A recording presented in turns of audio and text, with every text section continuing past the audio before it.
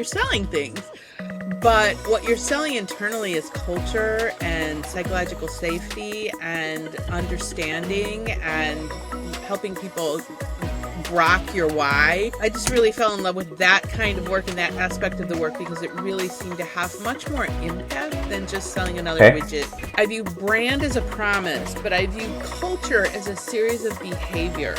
Internal communication is all about inclusion. Are you keeping people informed? Are you doing outbound communication so people understand why they're doing what they're doing, what the strategy is? All of that is inclusion. Diversity to me is the survival technique, a competitive power kind of a technique, just to make sure that you've got different points of view that are coming together and hashing it out and saying this is how we can go forward and address the market as it exists. Part of a safety culture is also dependent on having trust and care. Are your people looking out for each other? Do they have each other's back? As an internal advocate for leadership, it shouldn't have to come to whistleblowing. No, you should be listening to your people. Absolutely.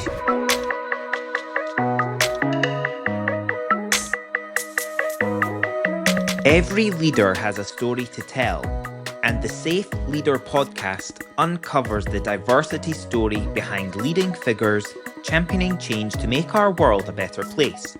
Join me, your host, Mark McBride-Wright, as we hear from business leaders, academics, entrepreneurs, and agents of change as they share their journeys of innovation, resilience, and transformation.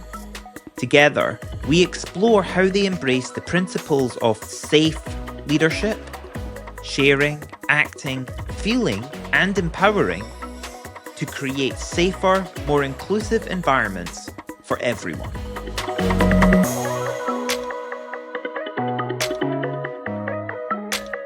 Welcome to the next podcast episode. I'm your host, Dr. Mark McBride-Wright of the Safe Leader podcast. I'm delighted today to be joined by Linda Carlisle, who is a communications and culture strategist with over 30 years of experience guiding organizations through transformative change. As founder of com.ext, she serves as a fractional communications advisor and culture building partner, specializing in moments that matter, times of significant disruption such as mergers, restructures, and leadership transitions. Her mission is to help leaders keep people informed, engaged, and aligned through high-impact internal messaging, employee experience strategy, and brand-aligned cultural transformation. Previously, as Associate Vice President of Employee Experience, Culture, and Communications at the Federal Reserve Financial Services, Linda has shaped corporate identity and performance at industry-leading firms through thoughtful messaging, storytelling, and values-based strategy. Based in Brookfield, Illinois, with an agility dog and tree cat by her side, Linda brings warmth, precision, and resilience to every client challenge. Her work bridges the two worlds of strategy, humanity, and storytelling. Linda, welcome. How are you doing? Hello. Glad to be here. I'm good. I'm so pleased to have you joining us. I'm actually over in London today, not in my usual location of Brooklyn, New York, where I record this from. So really good that we can make this work. So tell us a bit more about your story, storytelling and what you do. Sure. So much as we didn't think, my dog has decided to make herself heard. So everyone meet Coco. She's calling out for you. So I started my business a little over a year ago, coming up on a year and a half. And I wanted to reach out to a segment of the market that I was becoming increasingly aware did not have internal comms all figured out, all nailed down. And that sector is the mid-market space. It seems to me that those folks who are going through perhaps the highest degree of growth also do not have internal comms people. And so that was my mission as I started this business. And that's really the focus that I home in on. My longer term story is my degree and my training and my early career was all on the brand front. So I was very much interested in corporate branding. I have a master's in integrated marketing communications with an emphasis on how all of the communications that you do to build your brand are all of equal importance, and you have to integrate them and tell a holistic story. And I first started to realize that this had an impact um, on internal communications when I was doing brand for a division that was highly acquisitive. And the leadership of that particular organization felt that when you acquired a company, in order to reduce the conflict between the two cultures, was that you had to just Yeah. like outright kill the culture of Oh the acquired no. company. And I was like, okay, well, then that just makes your brand look terrible, right? Yes, yes, yes. So that was when I first started to think about, well, what is the internal component of how one builds a brand? Because it is very holistic. And so, anyways, roughly 20 years in the external branding space. And then we had an economic downturn. I think it was a global downturn in the 2008 area. And I was living in another state, and I had relocated back here to the Chicago area and took a job that my network served up to me, that was internal comms. And I was kind of kicking and screaming because I was like, oh, I'm a brand girl, I'm a brand girl, and took the internal job and just completely fell in love with this work, because really what you're doing is using the same skill set that you would use for external marketing. You're selling, you're selling things, but what you're selling internally is culture and psychological safety and understanding and helping people grok your why. And I just really fell in love with that kind of work and that aspect of the work, because it really seemed to have much more impact than just selling another Okay. widget, or another, in the distribution space I had been in another shipment or And another. how much do you find then with internal communications? What what split is it between the individuals who create the culture? It's almost like your individual brand identity within your employer or the corporate where you work, and then you've got the corporate brand identity that is the external side from where you used to be, but there's a behind the scenes background to that as well, isn't it? Behind the stage almost, which is the internal culture. So how do you see the similarities and differences between the two, and how much of it is made up by the people? There's really kind of two metaphors, I guess I'm going to bring to the front. First of all, on the internal versus external, I sort of think of it as a yin yang, right? Like, you can't really keep that nice holistic circle going that feeds to itself if your internal efforts and your internal culture does not shore up and match and align with what you're trying to Yes. serve outside, right? So customer experience is very much locked up with internal culture. And I Okay. do view those as, you don't get that nice synergy if you don't have a good internal culture. Internal culture is an interesting animal, because I kind of view that level of the brand as being like an onion, right? You do have that, who is the individual, and how do they think, and how, more importantly, how do they act? Because at the end of the day, I view brand as a promise, but I view culture as a series of behaviors, right? And so what behaviors are you as an individual bringing to the table within the organization? What are the behaviors with which that is met? Are those behaviors being met with openness and acceptance and collaboration, or is there, are we hoarding our information and not sharing, or all these behaviors kind of add up to what is the culture, and Yeah. so you need to internally be promoting those behaviors that you want to reward and that do serve that customer experience that you desire. So. Yeah, and you mentioned in your previous work with internal comms, like mid-market size companies that are sort of seeing the growth. Yeah. So how do you define mid-market? Like what Yeah, company size? that's a great question, because mid market kind of has a whole lot of different ways that Yeah. that it's interpreted. For me, the target audience that I feel I can best serve is, usually there's at least 250 employees, because Okay. below that you have more of a management by walking around capability. You can manage that size of organization without really having a structured communication. You can have more dialogue, and you start to get Yes. above 250 and you've got change going on that you're already trying to manage and it's taking up your attention. You can't get around to everybody with the regularity and the depth that you need to, and that's when you need Yes. much more planful communication. Not that you shouldn't be planning your communication when you're smaller, but you can deliver it in a different way. But you get above 250, and especially with things like mergers and acquisitions where there's complexity and there's different groups and Yes. they have different viewpoints, you really need to start having a more planful approach to how you're going to communicate and how you're going to view culture. And so I say for me, mid market is that 250, and then I kind of top it out at 1,000. And really, the reason is, you could go beyond 1,000 in terms of what is mid market, but at 1,000 people, they tend to bring a person like me in house. That's really Yes. Have where they need to have that. They start to realize they need to have it.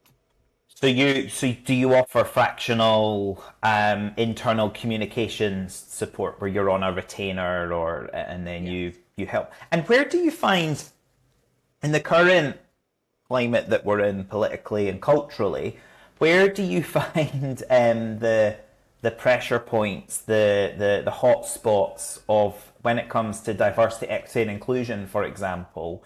Where do you see are you seeing clashes of values happen in M&As that you're supporting?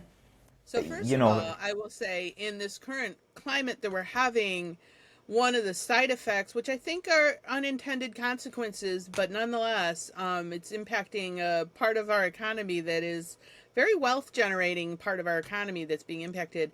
But that is that we are not seeing as many mergers and acquisitions. I mean, imagine if you were sitting on, $500 million that you were going to spend on acquiring companies to bolt onto other companies. You can't quite trust their numbers if you don't know what's going to happen to their supply chain. And so, yes, on the one hand, I've sat in meetings where there's been a panel discussion about how to navigate this time, and some firms are out there with a team of strategists trying to, on the day to day, figure out how they're going to flex if this happens to their supply chain, and then right. having to turn on a dime and say, here's plan B if this is what happens. And if you're Wow. about to spend tremendous amounts of money in acquisitions, you're just not going to do it. You're going to keep your powder Yeah, dry until, and there's a lot of that happening. There's just not as much. The M&A market is not as robust as it was. So that's one change. interesting. Interesting. In this marketplace, a lot of the people that I partner with, right? So a lot of times I find my clients through referrals from other people who are like, hey, this company needs a little help, or what have Yep. you. And you talk about DEI. I think another unintended consequence here in America, I'm sure it's kind of a global thing, but you could tell me that. But we we are, a lot of our employment of our entire population is managed by this small to mid-sized business, right? Yes. Large Yes. corporations employ large amounts of people, but they do not employ the mass of the people in Yes. our country. Absolutely. The Absolutely. mass of those people are employed by small to mid-sized companies. Yes. And so one of the things that helps small to mid-sized companies thrive is, there's a whole sector where it is women-owned businesses and Hmm. minority-owned businesses, Yes. and a lot of those folks, because of the climate in the country, are seeing their contracts being canceled. And Yeah. so, because larger companies that might employ them as a subcontractor are saying, well, I might actually be punished for helping these companies stay afloat. And so you're Yeah. seeing those sorts of small to mid-sized Right. companies really struggle in this environment. So it's another thing that we're seeing happen. And oh, Interesting. by the way, those small to mid-sized companies are just as impacted as the PE firms are around this uncertainty around tariffs, right? They just can't Yes. afford to have the extra staff to form plan B and plan C and plan D for their Absolutely. supply chain. So So that's going on, just in terms of hitting the revenue. And then the third thing is really more directly in this culture and DEI space is that companies are kind of like freezing, not knowing what to do around diversity, equity, and inclusion. Yeah. you know and I have some thoughts around that, but like that aside, I think there's just almost like a fear factor amongst Right. Right. leadership Right. teams to get too robust behind it because they're afraid there's going to be a backlash. And so that's happening. And I also seeing, and it's not everywhere, but there is a little bit of a re-emergence of the whole command and control mentality coming Okay. into how leadership happens at some companies, not all companies, Right. but some companies. And that equates to a lack of empathy, or like a lessening of empathy when you're in the because I said so mode. So It's almost those are the mirror. big ones I'm seeing. So Yeah, that's it's like it's mirroring the leadership that they're seeing in government, and so by just reflecting that, then it means it's less risky from a PR and perception standpoint. Um, I'm interested in your uh, thoughts on how DEI is then therefore landing and showing up. You yeah, mentioned there you had a whole other raft of thoughts. What was that little yeah. thought So stream you had? that little side road I didn't go down was I really feel like people need to think about diversity, equity, and inclusion are really sort of business fundamentals that Yeah, I think are very important, just to have, right? We're a diverse country. We're traditionally, I mean, from very early days, we've been a melting pot. We've not always melted very gracefully, but eventually the melting has happened, and we have been a sure. melting pot of many cultures and many different kinds of people. And in a diverse country, the market is diverse. And to address a Mm, diverse market, you need to have diverse ideas within your company, right? And yes. so diversity is really, in my mind, a marketing essential. You have to be able to tap into different thoughts that are capable of understanding different things going on in the marketplace that you serve, Yeah, right? And so diversity to me is the survival technique, yeah. a competitive power kind of a technique, just to make sure that you've got different points of view that are coming together and hashing it out and saying this is how we can go forward and address the market as it exists, And do you right? see that in companies where you've worked that have had employee networks, employee resource groups, business resource groups, whatever you want to call them? I mean, maybe in the 250 size, it's still too small to have formalized networks. I'm not so sure. But have you ever worked in in organizations that have had that, and therefore they've leveraged that for the benefit of their internal comms engagement and helped inform what the product, the services they design and deliver, and the products they design, deliver, and sell? Yeah. So I've been a little bit fortunate, I think, in that I have worked with firms that have had the instinct of having diverse people at the table before Okay, even the whole DEI initiative, was more formalized. They already sure. had that diversity, in the room at the table, giving their opinions, and I mean, in that respect, it was a beautiful thing. Um, but yes, I mean, I think from a cultural standpoint, being able to tap into those employee resource groups and utilize them in order to almost as ambassadors of culture to provide Yes. input in, but also input out, right? So, and I can talk a little bit about culture forming, but and the role that listening plays in that process, right? Sure. But their employee resource groups are a great way to get at the heartbeat of what's really going on in the culture. And you can't like form a culture that's an ideal culture if you're not aware of what's actually happening out there. So from a cultural standpoint, I want to also say that equity, I feel like equity is just something that you should be doing to attract and retain that talent, that top tier talent, right? So if you're not an equitable employer, I do feel like there's more equity than from a pure pay standpoint than there have been in the past, because it seems like most companies are subscribing to or testing the market from a pay standpoint, Closing gaps. using many Yeah. of the same kinds of tools across the board. So, and then third, from an inclusion standpoint, that's really the place that I play, right? Internal communication is all about inclusion. Are you keeping people informed? Are you doing outbound communication so people understand why they're doing what they're doing, what the strategy is? All of that is inclusion. And then So, do they have a seat at a table to give their opinion on how things should be shaped and the like? So well, so you've just secured a new client. They've signed a contract with you. They need your help on internal comms. I see that you've got moments that matter, TM. yeah. Talk us through your methodology, your approach, your strategy. How do you first get going with a new client? Yeah.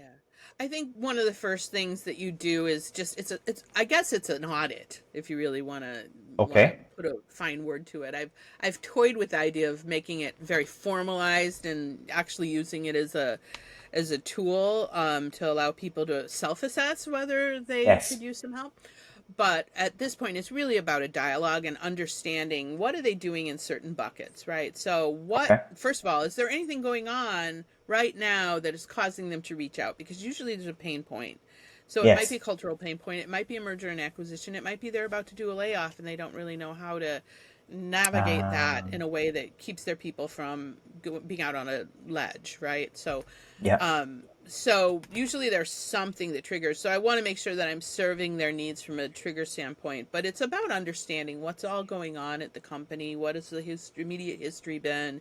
Have you done any assessment of where people are coming from, or should I just assume that the baseline, American engagement level, which is not so great, is what's going on with the company? So just really asking those questions about environmentally what's going on in the communications environment. Do they have DEI? Do they have, are they spending a lot of time dealing with interpersonal problems within the company, which gives me a sense of how scratchy the culture might be. Interesting. And then if there's something going on like a merger, obviously we go deep dive on that. And there's usually a process of what happens in a merger and acquisition situation. And so I'll kind of go off onto that branch and help with that. But otherwise, I'm going to be assessing what's their employment brand look like. Do they have an employee value proposition? Do they, how well is that articulated in their recruiting materials, on their website, on the careers page, that sort of thing. Then I'm going to look at all of those touch points that happen around the employee, right? How visible is the executive? Is the executive out there walking around? Do the executives get out there and talk to their people, but also do the executives get out there in the marketplace, and are they visible and representative of what the company's about and the company culture and how they think? And then it's really about how do you onboard people so that they understand what it's like to be at the company and how they are an ambassador of the company and what behaviors are going to be rewarded and where to find things and all that.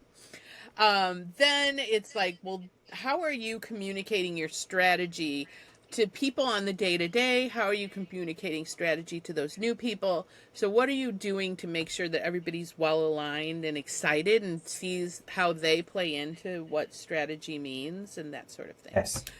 I mentioned, things like layoffs. So then the next is, how are you managing change, right? Have there been reorganizations? Do you have new leadership? How are you doing a new strategy launch? That sort of thing. Then there's culture building, right? Which is how very deliberately are you defining your mission, vision, values, obviously. Do you have purpose? Do you have higher purpose, right? And I make the distinction, purpose is maybe what you promise to do as an organization through your products and services. Higher purpose is, if taken to their best and most high impact imaginable extreme, how could they make society better? And what are you doing as an organization to make society better in that category, right? So I once worked for a company that was involved in water delivery, and what could you do to help with water delivery issues, and they often did from a charitable giving standpoint. They would go into, say, a Detroit situation, or the I'm trying to remember the town that was so impacted by the really poor water quality, and going in there and really helping with water during that emergency Crisis. situation. Yeah. So anyhow, yeah. So what are you doing from a purpose standpoint? And then the cultural behaviors that you want to reward. And do you have systems for rewarding and recognizing people for those behaviors? And how are you communicating that? Are you systemically communicating that around culture? And then just like, leadership messaging. Are the leaders out there and regularly trying to keep people engaged and excited in where the company is going? So like, there's just buckets of work that I will try and understand before I create a strategy. And of course, that's overall global or just culture without any words before it. And of course, I work in safety. I'm a safety engineer by background, and this is the Safe Leader podcast. And so a lot of our listeners and guests sometimes look at that subset of culture, the safety culture. And I heard you when you did your intro. I think you peppered in some sectors within which you've worked, or organizations, and it sounded like there were some high risk industries in there as well, some engineering, kind of engineering, where safety is usually a more part of the dominant culture than, say, other sectors. So we'd be really keen to get your perspective from your experience on safety culture and how good or bad that shows up within organizations that you've been at. Yeah. So one of the things that I like to think about when I talk about what kind of cultures you want to aim towards is, when you think about a high performance team, trusting and caring for each other is central to being a high performance team. If you don't have those two things as sort of a baseline, this is who we are, then you're not going to ever be a high performance team. And part of a safety culture is also dependent on having trust and care, right? Are your people looking out for each other? Do they have each other's back? And whenever I've been involved in helping to roll out and sort of reinforce that safety culture, so much of it is, are we helping each other to learn to do things right? When we see something, do we say something? Not, hey, I'm going to go tattle on you, but no, I'm going to say something to you because I'm worried that you did that in a way that could put your fingers at risk, right? I'd like to talk to you a little bit about how to do that a little differently. And so you don't get to that level of looking out for each other and having each other's back if you don't have trust and care. Care in that I noticed it and I stopped and I'm going to do something to help you, and you trusting that I am well-intentioned with my advancement to you. And so that trust and care piece is really essential to get to that safety culture. And so it's a bigger cultural thing, but you can't get to just basic safety on the floor if you're not instilling that without trust and care.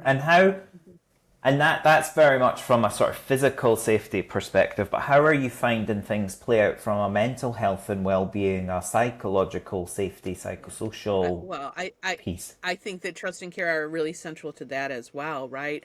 We have an environment where people can come to work and be themselves and not feel judged by their colleagues, and where there's good conversation on the team and good support for each other on the team, and where leadership is allowing people the flexibility to do what they need to do, and that leadership is sort of tuned in as well into what's going on with their people, and having open dialogue around what's going on, and do you need a little time, or do you need a little support, or how's the workload. One of the I've actually left roles where there was a separation between how leadership looked at workload and how people looked at workload, and when it became so great with no relief in sight, it's like, well, it's just not unbearable. A sustainable it's not a sustainable way to run your business. So you need that. You can have the deep intense periods, but leadership need to be mindful that this is a temporary phase and saying that there's light at the end of the tunnel and it's going to get Instead lighter of just and this is continuing to load on the next and the next. And the thing is, I think like middle management gets crushed in the middle, right? yeah, totally. Because they're getting these instructions, and now we're going to do this as well, and now we're going to do this as well, and we're going to do this as well, and they're not empowered to say, well, no, we're not going to do that. We're, you Yeah, know,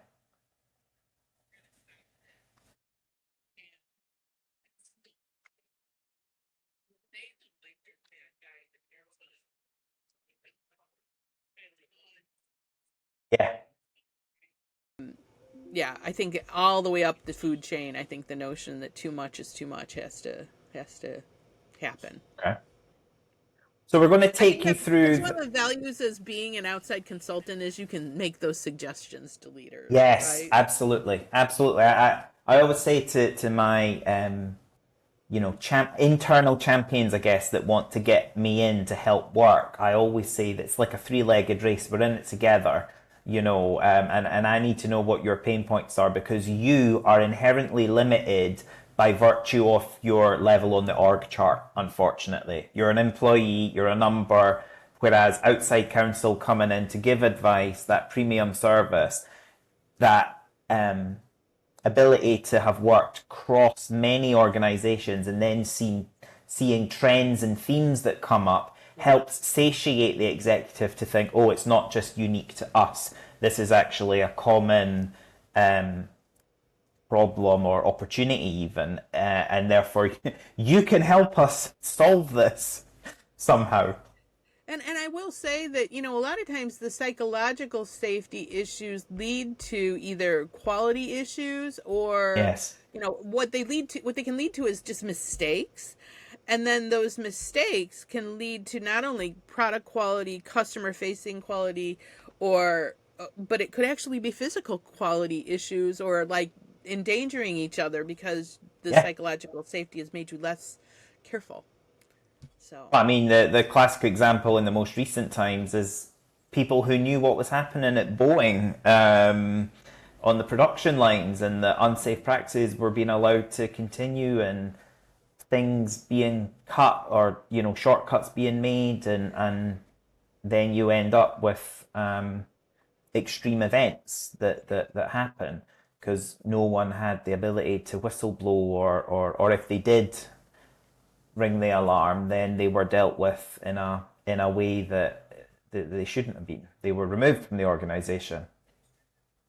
I'm No. not. I mean, but that as an internal advocate for leadership, it shouldn't have to come to No. whistleblowing. You should be No. listening to your people. I mean, that Absolutely. two-way storytelling, and I think that that's the challenge when you have leadership that is so removed from what the people are saying, or when they hear something coming up from the floor around, hey, there's too much work, we're overworked, this is not sustainable, blah blah blah blah, and or there's too many things going on at once, and you can't just have this level of change all at once, and when that's resonating up, and what the mentality is well, just deal with it. You'll get used Yeah. to it. Like you just have to make these things. You just have to make it happen, right?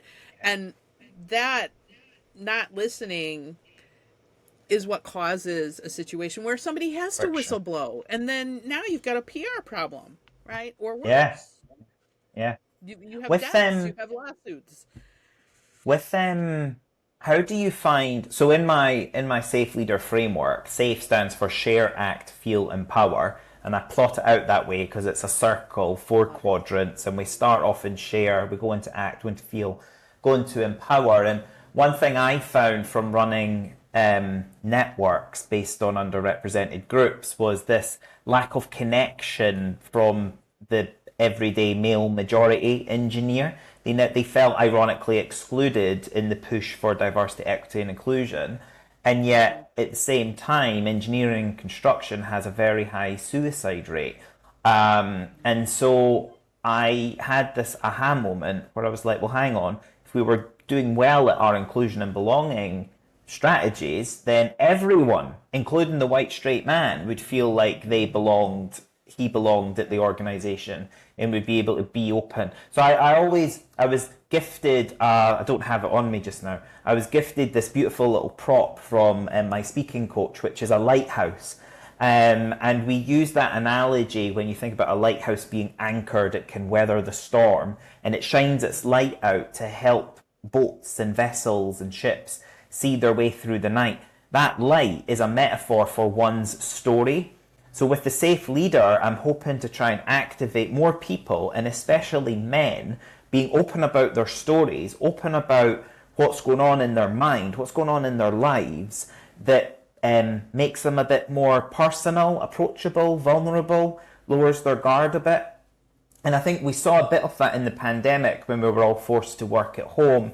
We saw a window into people's lives. So with the leadership teams that you work at in these organizations of 250 to 1,000, how what sort of leadership style are you seeing? Are you still seeing it being very founder led and familial, family type feeling with the people that they've raised and grown the organization? Or are you seeing sort of leadership that is a bit more impersonal and less connected and less vulnerable as a collective? I think, as with anything, there's a bit of a bell-shaped curve there. It kind of runs Sure. the gamut. I can say that to the extent to which I'm working with firms that are going through growth through acquisition, there tends to be a little bit more of a polished leadership. Okay. Educated, have lots of roles in their background where they have really built a sense of how to move through that kind of exponential growth. And that's because I think, that's the kind of leadership that the private equity firms are looking for to make sure that exponential growth actually delivers. Yes. But I don't believe that just because you're a seasoned leader that you have to be cut off from your people. I think the best leaders have experience and have learned from that, being connected to your people, you're working through them, not, they're not automatons, they're not machines. Yes. You're working through Yes. them, how they're feeling, how they're engaging, and that it's a two-way street, that, you're going to succeed because they're giving you feedback and giving you, Yes. this isn't working, that isn't working, this new line isn't working, how we thought these two companies coming together was going to happen isn't happening the way we thought, something needs to change, how can we address that dialogue that happens. The best leaders are having that dialogue. They're leaning into hearing that and knowing that that's an early sign that they need to pivot a little bit and make some changes in the organization. So it runs the gamut. I think there are still leaders in the world who are, they know what their marching orders and expectations are, and they're just going to push through until, that command and control mindset that I mentioned. But I do, if life is a bell-shaped curve, I view them out here on the extreme. I think there's some pressure in society right now to make that a bigger portion, but hopefully that's temporary. Hopefully that's temporary. Exactly. The bulk that's coming through is the emerging leaders that have a different value set, and what we're seeing right now is just a final kind of pushback, like a final blow to try and keep things that way. And actually it's in the middle that we need to be a bit, because there's benefits from both approaches, right? Some approaches get things focused and get things done, but that shouldn't be happening at the expense of one's well-being and ability to be and opportunity, and not so divisive. And that's fundamentally what psychological safety is. It's about being able to be open about things that you don't agree with without the fear of retribution and pushback, or Mark, negative consequences. Can I ask a question back? Yeah, sure. So I've been struggling a little bit with like the pushback on DEI. I do, I'm a left of center girl, and I do see the spaces in the world where, let's call it the movement, focused more on things like what words are you using, or are you using your pronouns, or the like whatever. Oh, that word's no longer how we refer to this group or that group. Now we use this word, and like now we have this extra initial. And I think that the packaging in some respects became more important than the what is it that we're trying to solve at an emotional level, and some of that emotional piece got lost in the mix. And the problem is that had that emotional piece been the piece that led, you might have seen more receptivity, I believe, in the audience they were trying to reach. But because they went with the packaging approach instead, it alienated people. And so I say that to say, I've noticed, like, they talk about the sort of plight or the place that young men find themselves in, for example, right? Because we've done so much to help women feel like you can do it, you can be good at math, you can be an engineer. We've done so much to build up young women because there was a deficit, because the women were experiencing something emotional and sad and limiting, and instead of staying focused on those things that we were trying to solve, we focused on women, and these young men are like, well, what about me? So can you talk a little bit more about that, like the emotional component? Because I do feel like it's the bridge. Absolutely. So one of the largest groups now that are most underprivileged are young white working class boys. And therefore in the push for equality and equity, in the aspiration to try and find one's tribe, once you find it and you find your community, it's like a drug, it's addictive. And you then feel included. For every action, there is a reaction.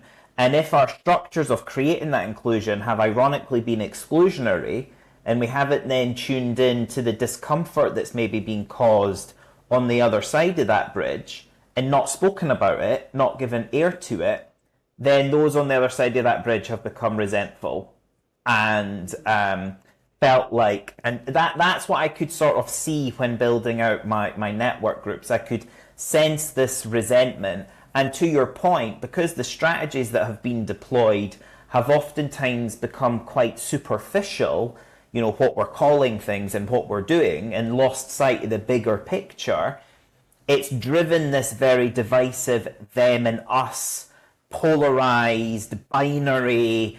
I always use the metaphor of Beauty and the Beast, the villagers with the pitchforks coming to find the beast.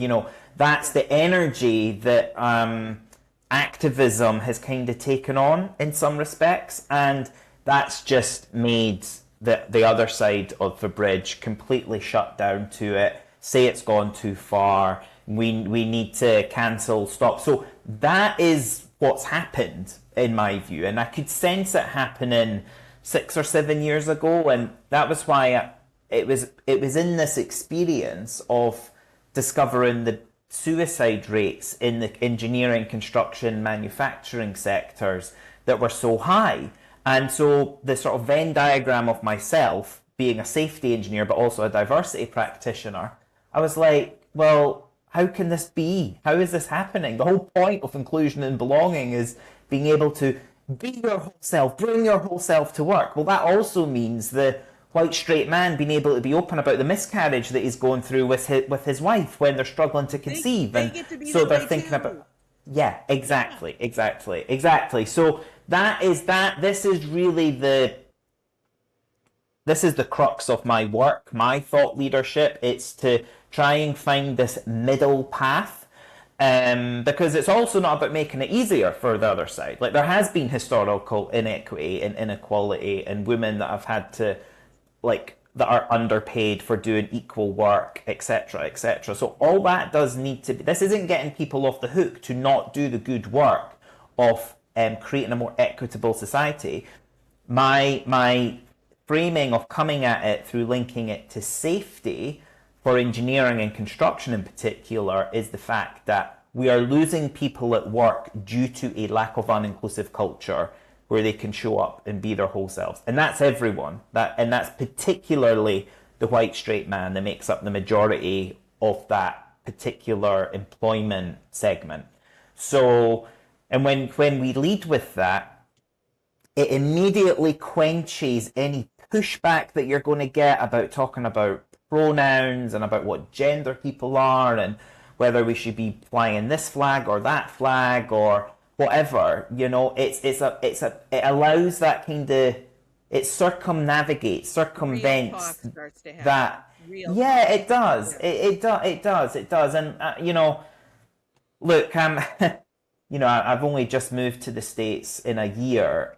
When the election happened, it went to becoming a small hill to Mount Everest to climb, you know.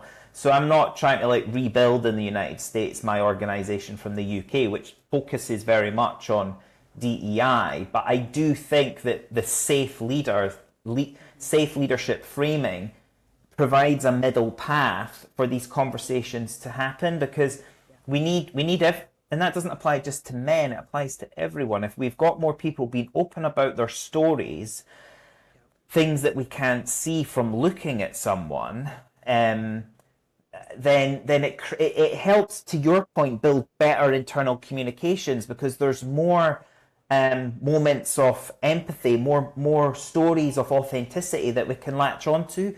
We can find one another's kindred spirits within our organization. And guess what? Those people actually might look and sound different to us and be of a different background. So yeah, I get really excited about this work. I love it. I'm so I love passionate that you about use it. the word empathy because that is like the word that I lead with, right? I mean, I think if you can do your job as a leader or just as a person within an organization, if you can do your job with that empathy on your shoulder, like looking at the Totally. people that you're interacting with, you're gonna come at your job from a whole different perspective. You're going to offer that help when you see something going wrong. You're going to ask that person how they're doing when you see that their face is a certain way. Yep. And so, I just think, well, frankly, I mean, work aside, if we just were going through our world a little bit more Yeah. deliberately leaning into Empathetically. empathy, this country would be in a whole different place right now. So, We'll get there. We'll get there. Okay. Right. Quick fire question round. all right. You ready? Okay. Yes. What is a must-have communication principle every leader should know? Oh, I just said it, right? That empathy has to be front and center in how you're thinking about what you need to communicate and when and why and how deep. Email, Slack, face-to-face, or some other online communication tool? All of the above. I'm an integrated marketing communications girl. You reach all kinds of people in all kinds of ways. Sometimes it takes up to 6, 7 repeats for a message to get through. So use all of them. Sure. What's a story you're especially proud of helping tell? I have um I have been involved in putting corporate social responsibility at the heart of a culture. And I think that process of building a program that people were highly engaged with, that raised large sums of money, that got people out in the street doing volunteering together, which helped form relationships, which came back and delivered on building a really caring culture. I think being involved in that dynamic of building a corporate social responsibility program at the heart of a culture, it was very fulfilling, and I just take a lot of pride in all the nonprofits that we helped, but also what it did to the people within the organization and the relationships. And you came to the point where people were like, this company really cares about the world and its constituents, its stakeholders, from employees to the community around us, and that was very fulfilling. So, yeah. Agility dog or tree cat? Who's really the boss? They all take their special moment. I'll tell you one really quick thing. I was clipping my cat's claws, and usually I reward her for this experience of having her claws clipped. So I go into the kitchen, And I put out some treats for her, and she puts her nose up in the air and turns towards my coffee counter where I use these little coffee cups to put creamer in my coffee. And Yeah. she likes those coffee cups. She turned and asked for a creamer, right? So they all have their moment where they're like, this is what I want. And I am very well trained. So I am the one who's been trained. What's your favorite book or resource on leadership or change? Let's see. I think, oh, that's a great question. I think I'm just really involved in right now I'm reading a whole number of books. I've been reading a lot of Bob Berg type books where I'm really working right now on my business development chops, because I've spent all this time in my life building my professional know-how as a communicator, but not as a salesperson. And so that sort of notion of giver's gain and paying it forward. And the interesting thing is that fits very well with my whole philosophy around how one leads and how one Yes. communicates. And so it's really kind of bringing it down to the individual level with this Bob Berg work around, paying it forward and that sort of thing. Okay. What's one thing more companies should do after a reorg? Oh, that's a great question. I think that when all the pieces have finally stopped moving, listening, right? Like put in some effort. People, when they've gone through disruptive change, are not always really willing to be open and honest, and they're sometimes very unwilling to answer an anonymous survey because they're afraid that you're going to track it to their individual computer, which, like, nobody's doing that, but there's this perception that you're going to pinpoint that I was the one who said I was unhappy with how things are going. But if you can bring in an impartial person in who can do some focus groups and create some generalized feedback and just really get that feedback to leadership and listen to what people are experiencing, then you can respond with how you lead and how you communicate and what you communicate, and maybe you need to communicate more, or maybe you need to tell your why a different way, or just answer some questions. Have that. Maybe you need to have some dialogue, but focus groups and listening in a way that is maybe beyond just the employee survey, I think is very important. What's your go-to tool for managing complexity? At the end of the day, I think I use Excel for managing things more than you'd think. And not necessarily just as a quantitative tool, but as an organization tool, like creating a process flow or whatever. I mean, you can open a really complex process mapping kind of technology, but then you're spending more time with the intricacies of the tool. Sometimes just opening something as simple as Excel and getting things mapped out, I use that more than you'd think. That's good advice. What's the most underrated moment that matters? I think how you onboard people, right? I think I've seen companies, I've seen leaders, I've had it happen to me where the leader wasn't present on my first day of work, right? I mean, I think, being there and making sure that the onboarding experience for the employee is everything it should be, that you're helping them build relationships right out of the gate, you're helping them connect with their peers, you're taking them to lunch, you're talking to them like a person, you're being vulnerable like you were talking earlier, right? All of those things help them say, yeah, I'm glad I made this decision. And that first impression, that first felt feeling, that carries with them throughout their entire stay. Thank you so much, Linda. Really enjoyed it. See you soon. You have been listening to the Safe Leader podcast, uncovering the diversity story behind leading figures championing change to make our world a better place. If you have enjoyed the episode, please subscribe to the Safe Leader podcast on your podcast platform of choice and get notified when a new episode goes live. Did you know that we also offer a full transcript on each of our podcast episodes? Check out my website, McBride-Wright.com. Here, you can also explore the training, coaching, and keynote speaking services I offer. And whilst you're there, why not join the Safe Leader community by subscribing to the Safe Leader Insights mailing list? Thank you for listening, and please come back and join us on a future episode.